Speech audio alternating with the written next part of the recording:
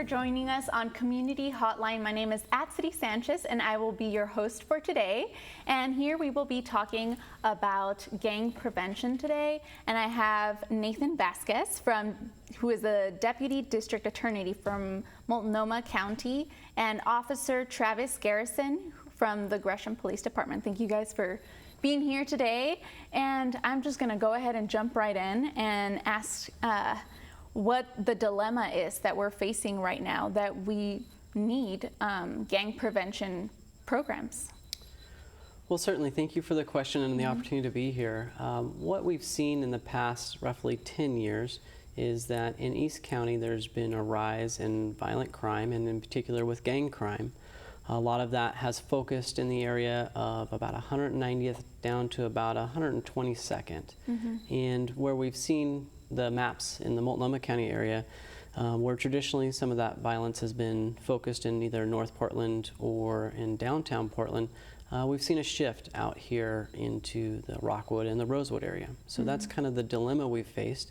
In particular, youth gangs and with gangs in general, and the violent crime rate has been something that's been a growing concern. Right. Is there any reason why we've seen an increase in violence closer to the east side of Portland and Gresham?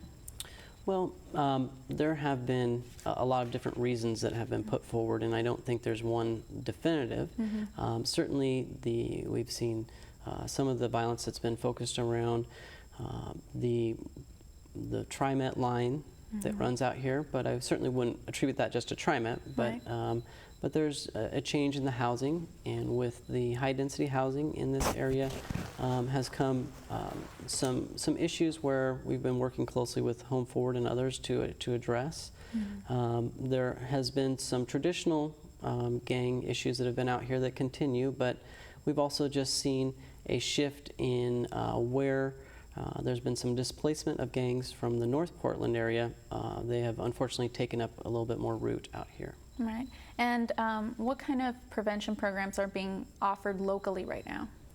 Well, locally, there's really quite a range of different opportunities that have come up, and a lot of different community service providers that have come forward to do everything from after-school activities to gang outreach work. The city of Gresham has done a substantial amount of work towards looking at how we address this issue, particularly with the youth in the area. And also, how has the county been affected by those prevention programs?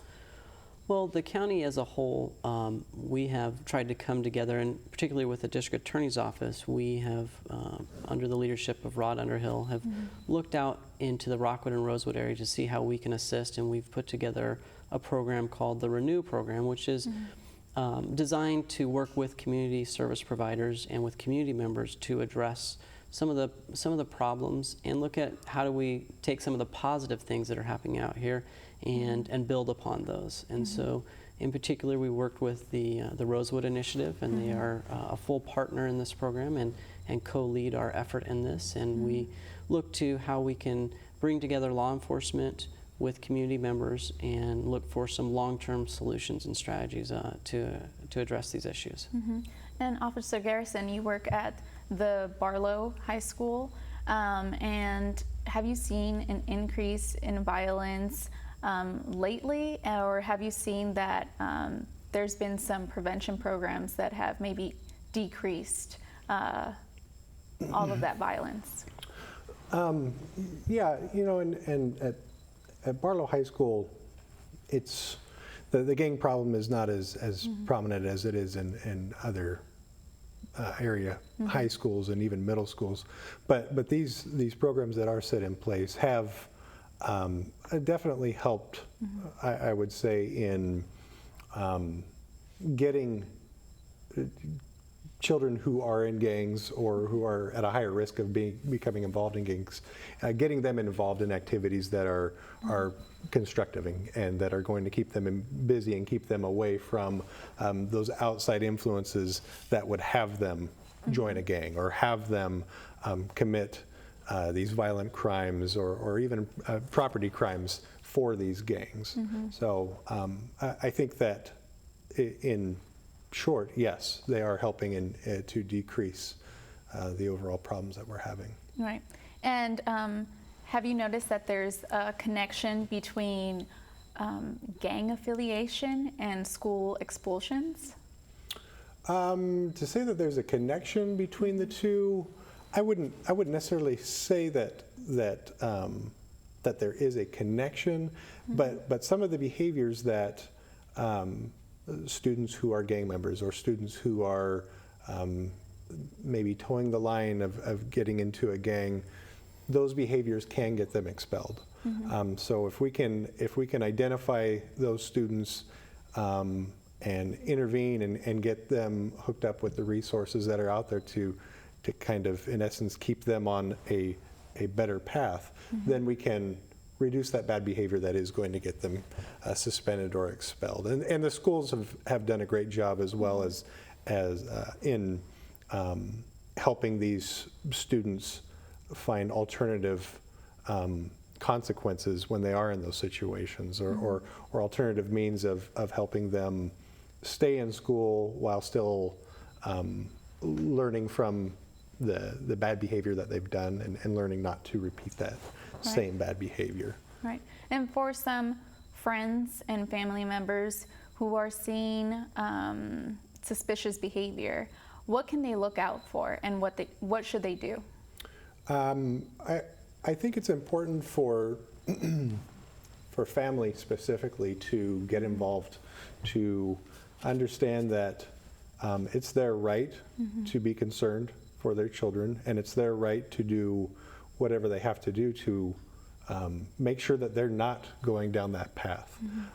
A lot of parents think that they are breaking a law in going through their children's bedrooms or going through their personal belongings. That is completely legal, and if you suspect that your child is doing something, even if you don't, you're able to go and check and see what they're doing. It's important to give them privacy, but at the same time, that privacy can only go so far, and you need to be actively involved and know what your child is involved in. We find with a lot of our students that are in gangs or kind of getting close to or they're thinking about joining a gang, a lot of times they'll fill their notebooks or they'll just doodle the different gang signs, or there are certain types of art that can be associated with a specific type of gang or crew, and if you can find that stuff in your child's notebook, that can be a sign that you need to intervene, that you need to be asking your child, hey, what's this about, and who are you hanging out with? Which is another key factor. Gangsters hang out with gangsters. Kids who are thinking about joining gangs are going to be, it's because they're around other people who are involved in gangs. So knowing who your kids are hanging out with, getting involved, and not being afraid to get involved, not be thinking that you're going to be stepping over some line, because you're not. As a parent, you're not. Right.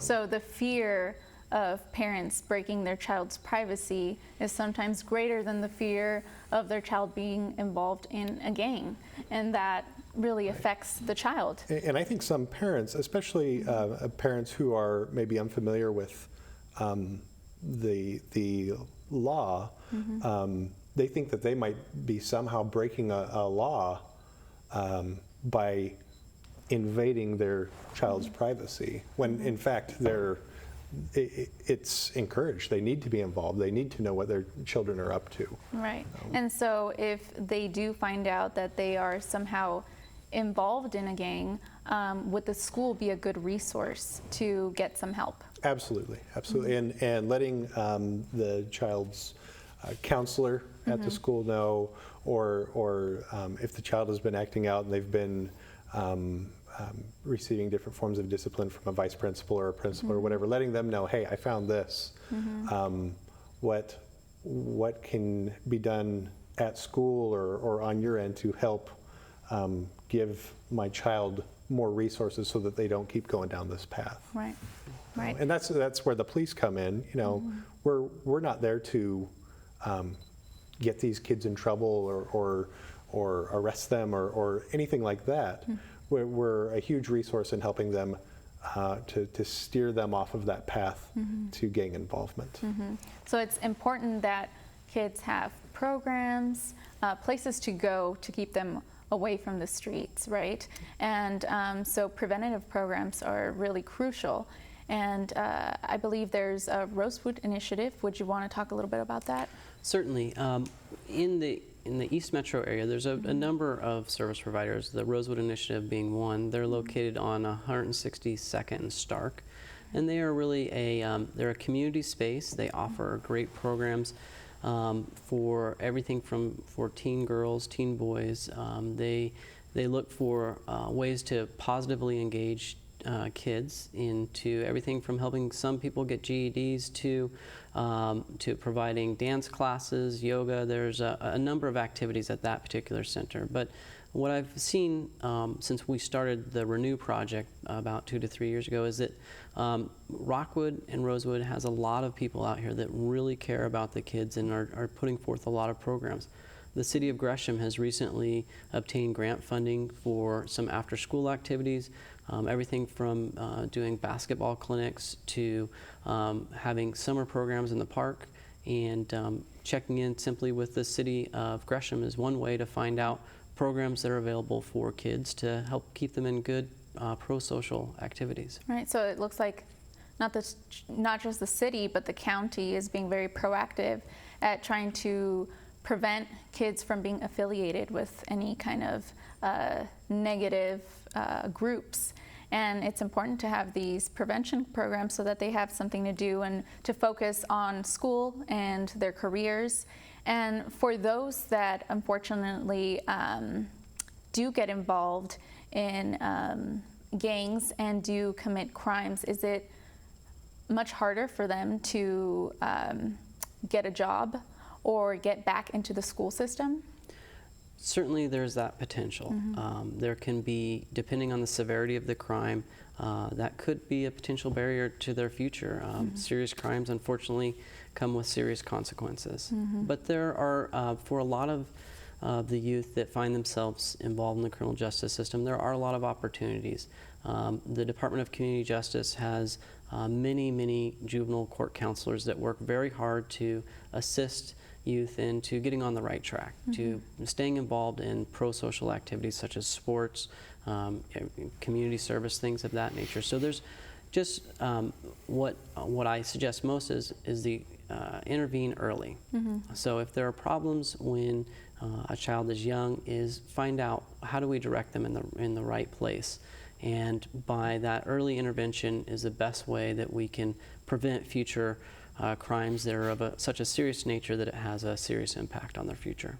Great. So it's important to be aware, have parents be aware of their child's behavior, and get them involved in as many school activities rather than have them stay at home, especially during the summer when kids are out of school for about 2.5 months and they don't have much to do. So it's important to keep them busy and keep them focused. So thank you guys for being here today. It was great talking to you guys and bringing such an important topic out so that people are aware that they have resources and the school that they have that resource if they're having trouble with their child. So stay tuned and we'll be right back. But before that, we are going to show you a Northwest Family Services video. Thank you. I'm divorced and saw the impact it had on my children. I know it was hard on them. What can I do to make sure that the next generation doesn't have to live through this kind of pain? In school, my grades are very low because I don't pay attention and because I don't turn in my work. In school, I've seen a lot of fights, and who knows, I probably might end up in one too. When my mom comes home, she tells me things I should be doing, and I say no. I just start yelling at her, and then I go upstairs to my room, and she calls my name. I just put up the music loud and ignore her. And then at school, I have problems in math because I don't pay attention. I'm laughing and giggling. I just desperately want to find a way to connect with my wife. I just don't know where to start. I don't feel like I really have anyone I can share this with. She was my closest cousin. Me and her got along really well. We were like best friends. and she got with this one guy who she ended up getting pregnant from. And it was hard for me because me and her were really close, really close, and her getting with him made her stop talking to me. Most of the people I've dated are so selfish. It would be nice to have a place where I could learn how to have a healthy relationship. Sometimes I don't even know what that looks like. 2 years ago, my sister became pregnant. Having a kid in a family is a blessing, but not at an early age like she did. My sister was 17, she still wasn't out of high school. And the worst thing about it was that she left and she didn't tell me anything or my family. Growing up there was really hard for me because I saw many things a kid my age should have never seen. I saw people get robbed, people get shot, people get murdered, everything. I saw basically everything. There was nowhere to go after school. They would just send you straight home. There would be no after school program so you could go and have fun or stay away from problems. You would just go home and find your own way and do your own things. I received the flyer for How Not to Marry a Jerk at a very timely place in my life. I was going through my second bad divorce, and the class really helped me gain the skills I needed to find a better person in my life that was more healthy for me. And you'd think at my age that I would know all the skills, but there's a lot to learn out there. Nothing matters to me more than my kids and my grandkids and my great-grandchildren to stay together and have healthy families.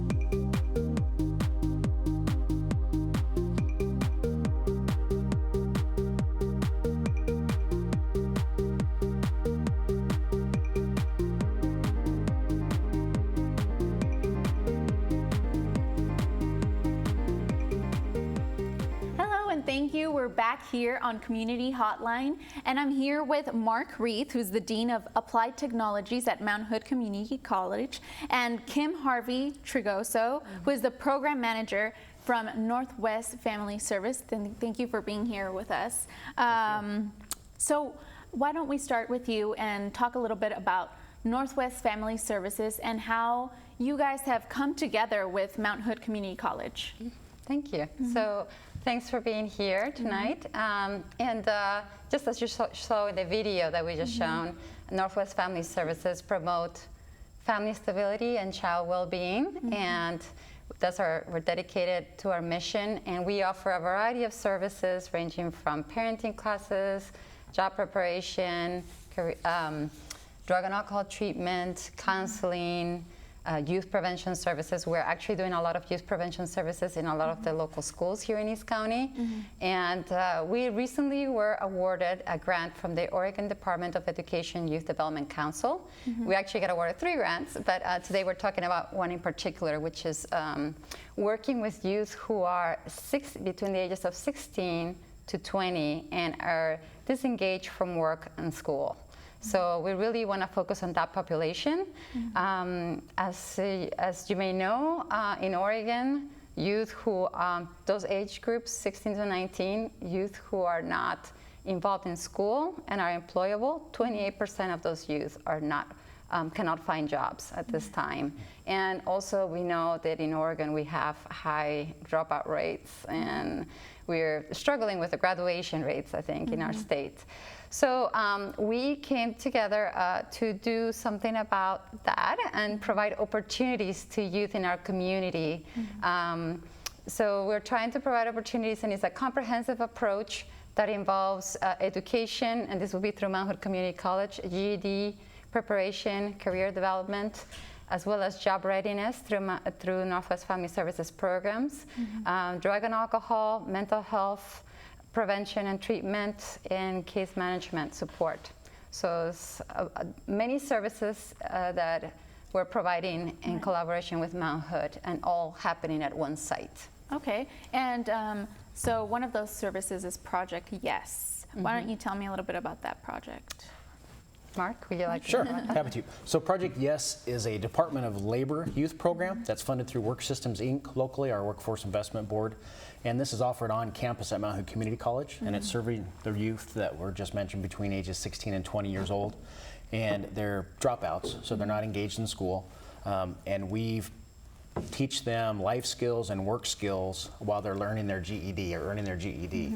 And the goal with that too is to transition to either credit courses enrolled at the community college or maybe even a university, or transition to employment. So that's the big part about that. Is really reinforcing those skills and getting those students to take those next steps. I think a part that's unique about it is the hosting it at a community college. So we're taking students that weren't successful in the K-12 system for whatever reason that might be. We're bringing them on campus at the community college and giving them some success so they can really see themselves being successful in college. Right. So that's one of the benefits of the program. And is there a reason that this program is located at the college and not at a high school? Well, I can say legacy. I mean, this program at Mount Hood Community College has been there for 35 years. Yeah. So it's long established. We have a presence in the community. And I think just that piece too. There are great programs in our K-12 systems. I think this is just an offering. There's lots of youth programs that deal with these same youth too, lots of providers. This is just one unique piece that is a fit for our certain group of students. And I think it's important to know too that Project Yes is an entitlement program. So the students have to apply, and there's some legwork they have to accomplish, and they have to be dedicated to the program to succeed in the program. Okay. So it is unique, and it's one piece of the larger puzzle to meet the needs of all of our disengaged youth. Okay, so it is a program where students need to apply, so it's not something that you guys kind of pinpoint students, or do you guys also look for students to be a part of your program? Well, we are doing a lot of prevention work in the community. So we actually get, we do get referrals. We've been in communication with schools about getting referrals for Northwest to work and recruit some youth to go to Project Yes and get their GED, or do the job program with Northwest Family Services. So we're working in collaboration with schools. We also, the juvenile department is also doing early intervention services, and we hope to work with them and all the other providers who are working with this age group and also concerns on the same issues. So, and we also have a teen court. Northwest has a teen court, a restorative justice teen court, and we get referrals from police of juveniles who have committed a first-time low-level offense, and we screen all those teens to see how are they doing academically. You know, are they on track to graduate? Not on track? How are they doing? Can they? And we try to offer support, academic support, and trying to see can they be at the school and work at the school, or is it better to find other options? Or some students have been truant for a very long time and they're disengaged from school. So we're trying to expand the options for this youth. Right. And so what's the most exciting part about this project for you? Well, what I'm excited about is that all these services will be happening in one location. And this collaboration, we're strengthening each other's programs, where Mark is talking a lot about the education and career and trying to get some of these kids to think beyond a GED as well. To, the college is such a beautiful place, such a great resource in East County. And getting there to be there and be inspired to follow their dreams and pursue their education. And on our end, we are trying to eliminate the barriers to education. We have this vicious circle of sometimes drug and alcohol, mental health, getting in the way of, that's many times the reasons why youth are getting behind in school. And then slowly, then they're off track and unfortunately lost the opportunity to get their high school diploma. But then we want to create another opportunity and bring them back. And we also want to eliminate that vicious circle of, okay, because of the drug and alcohol and mental health, then you can't find jobs. So I think this is going to complement very well.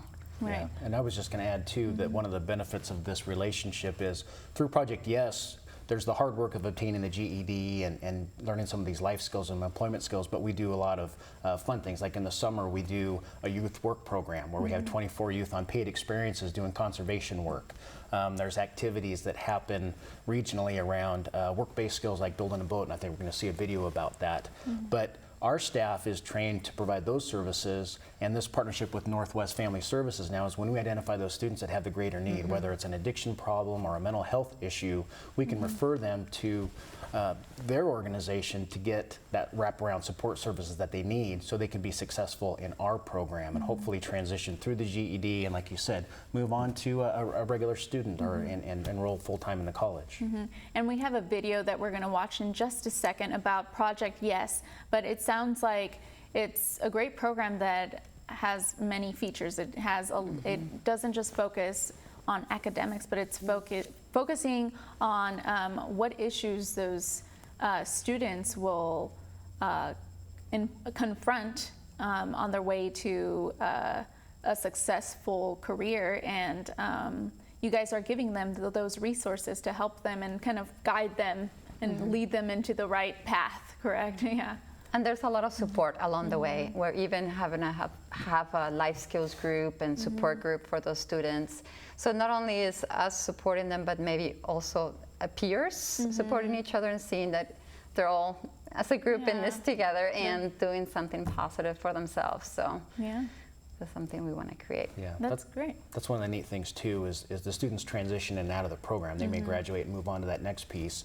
And so you see newcomers come and go, and the students that have been in the program a little longer kind of adopt those younger ones and kind of show them the ropes and help guide them along through the different experiences that they have, or maybe give them some coaching on how best to incorporate the study skills that they might be lacking. Yeah, and then it also gives them some hope, and they realize that, you know, that it's not too late. It's never too late, right? All right, so with that, we're going to go ahead and watch the video. If we could roll that. For my GED, taking night classes and working, and also doing a college career and readiness program. I like that I have worked on math skills here to help me with some of my math classes. They use the Pythagorean theorem to turn square things round. I think that is very interesting, taking a square piece of wood and turning it round by using math. Oh, problem solving. That is one big thing that I've learned with boat building, is there's a lot of problems. No matter what you do, you're always going to run into a problem every day. I've also learned how to break out of my shell and step up and kind of take lead or charge if I need to. I accomplished something here that when I first came, I'd just seen a bunch of pieces of wood all numbered and named, and we turned nothing into something. Once you do something and you stick through with it till the end, you have no limits, really. And so what type of courses are offered with Project Yes? Well, the video again was an example of some of the project-based learning experiences that we do. So, of course, you heard that young lady talk about the applied math that she learned there. The big thing I think we do is, of course, the GED courses, which are academic skill building, but then there's also those life skills classes that they take that are a requirement of completion of the program. So really it's making good decisions, learning good study habits. There's a workforce component of it, you know, resume building, interview skills, those type of things. So really, again, as we spoke earlier, the goal is to get a student to transition out of Project Yes with all the tools they need to be successful in whatever those next steps might be. We encourage the academic skills, but also ready to go and apply and get a job and have the credentials and have the ability to apply and gain employment is a big part of it. Right. And what is the work readiness training? Again, you could probably speak more to that, Kim, than I can. So yeah, so Northwest has a program called Career Fit, and you said we offer job readiness workshops and personalized job help. So we have individuals that go through these workshops. They come to a 2-day workshop, and it's very good. We actually have one coming up on August 24th and 25th from 9 to 4:30. And they learned, you know, just how to build a resume, interviewing skills, you know, just very useful tips for doing job searches and being successful at interviewing. They also have, after that, those workshops, they get one-on-one support on interviewing skills and also finding placement in a job. And actually, we match individuals with a specific potential jobs. And so we actually have 400 individuals that participants that go through Career Fit. And within 3 months of the program, about 70% have obtained 2 interviews during that time, job interviews, and 60% get actually placed in jobs. And you're gonna see some pictures of participants we have in the program who got a job. So it's very exciting, and I think it would really help some of the youth that we're talking about, that age group, that 16 to 19, that would, to 20, that would be helpful. And it's great for the new incomers to see that, you know, there was success, you know, with previous students that were involved with it. And so is this program free, and what does it cover? Yep. All of the components of the program are free. Yeah. So great. So yeah. So we are gonna be. All right. And so once they are involved in this program, does it then carry over to admission into Mount Hood Community College? It can be, and we have a very high success rate. And again, that's one of the benefits to Project Yes, is that it is on campus and all those resources are right there. I mean, just up the stairs and down the hall is our orientation center, where a student can go and learn all of the admissions process, the financial aid application, all of those pieces for that successful transition, plus the supports are right there.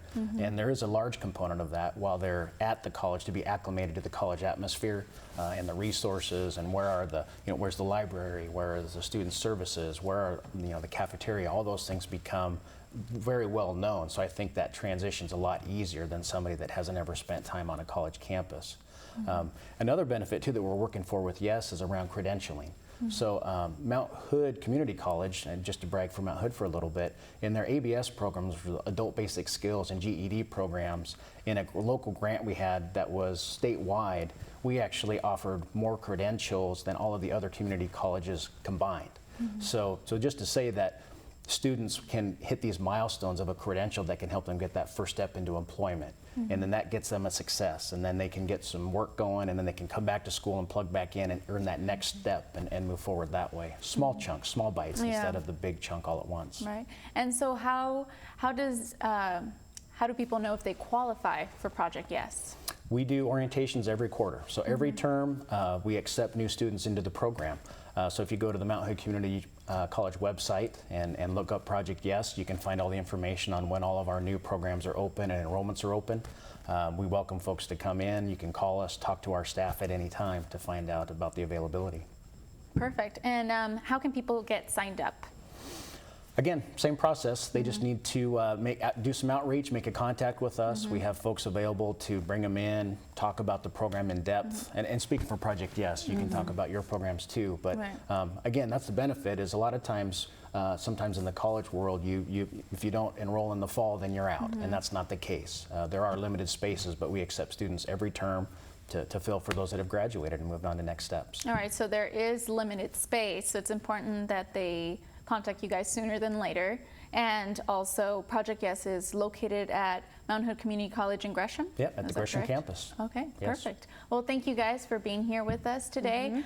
If you want more information about Project Yes, we'll have that in just a second. And stay tuned, because we're going to be here with USTA of the Pacific Northwest.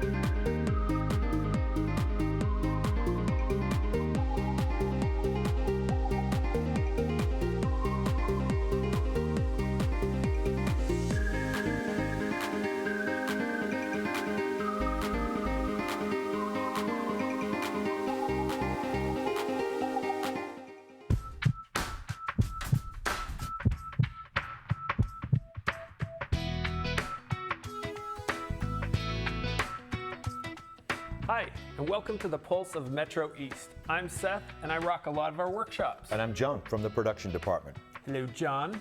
On the Pulse, we spotlight some of the juicy things going on at the station. And today, we're going to tell you a little bit about one of our summer highlights, a great community event that we will be covering.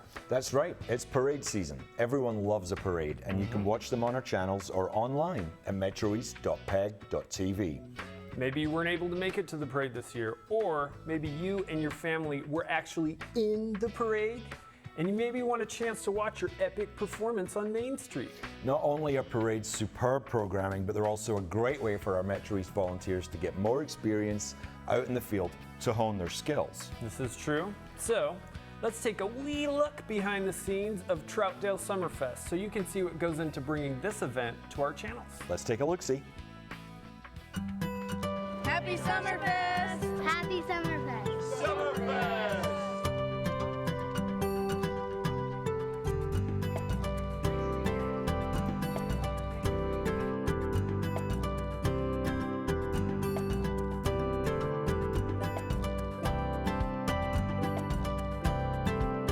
I think it's valuable to have MetroEast out here covering parades and music shows because it brings the live events to people's homes.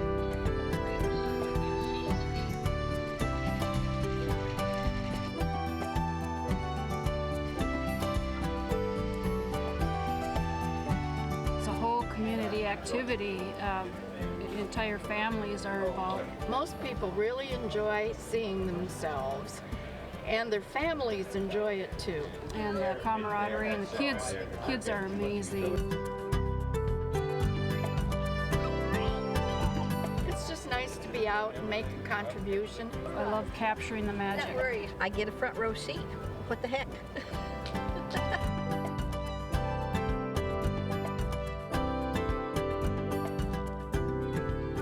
That looked pretty sweet, dude. Absolutely. It was a blast. Fun time was had by all.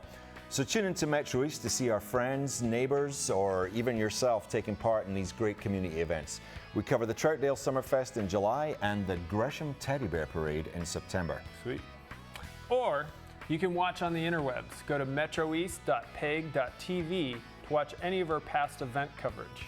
And if you want to be part of the MetroEast crew helping us cover these events, come to a free orientation and learn about taking our classes. We'd love to have you. Visit the website or give us a call. Until next time, this has been The Pulse.